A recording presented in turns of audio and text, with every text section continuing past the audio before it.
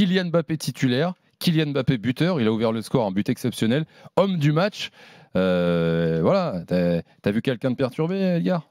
Non, non, c'est ce qu'on retient, c'est que tu as vu quelqu'un de normal, un joueur normal comme d'habitude, qui avait la même allure, les mêmes expressions que sur un match d'habitude. On aurait pu oublier pendant 90 minutes qu'il y avait toute cette affaire autour de lui.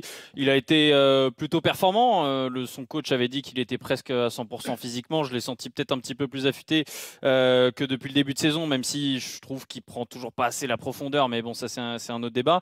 Voilà, on n'a pas senti en tout cas un joueur perturbé, comme tu as dit. Et c'était ça surtout qu'on allait guetter ce soir. Et c'est vrai que je trouve que la communication d'Ancelotti était remarquable parce que lui, il a non seulement dit effectivement qu'il n'y avait pas de problème, qu'il serait titulaire, mais qu'effectivement, il était mieux qu'avant il a dit physiquement, il est mieux qu'avant la fameuse trêve pour un peu mettre fin à toutes ces polémiques, quoi. Et bon, que le résultat lui donne raison, que Mbappé marque, effectivement, pour l'histoire, le storytelling madrienne, c'est important. Et en tout cas, comme d'habitude avec Ancelotti, pas surpris, mais là-dessus, il est assez fort sur cette gestion-là.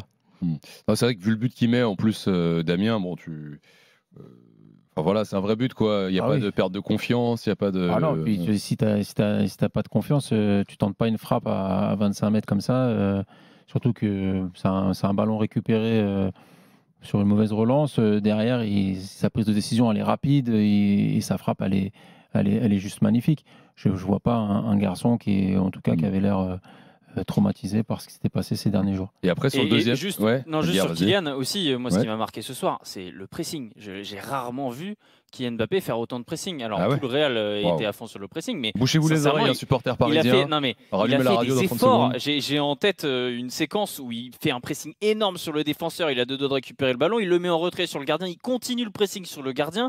Il y avait des séquences que même au Real Madrid, on n'avait pas énormément vu, même si on en voyait un petit peu plus qu'au Paris Saint-Germain. Sincèrement, c'est pour ça que je le trouvais plus affûté et que je pense que quand Carlo Ancelotti dit qu'il est presque à 100% physiquement et qu'il est mieux qu'avant la trêve, je pense qu'il dit la vérité. Après, forcément, il y a beaucoup de choses dans sa tête, mais ça, c'est une autre question. Il a un caisson hyper barre dans son jet privé ou quoi? Il a un truc. Il y a de la récup, il y a des glaçons pour les jambes. Il a pris un jet? Je n'étais pas au courant, j'en ai pas entendu. Un jet 27 sur il a quitté Madrid pendant la trêve. Non, je me dis pour fêter ça, il pourrait y retourner là.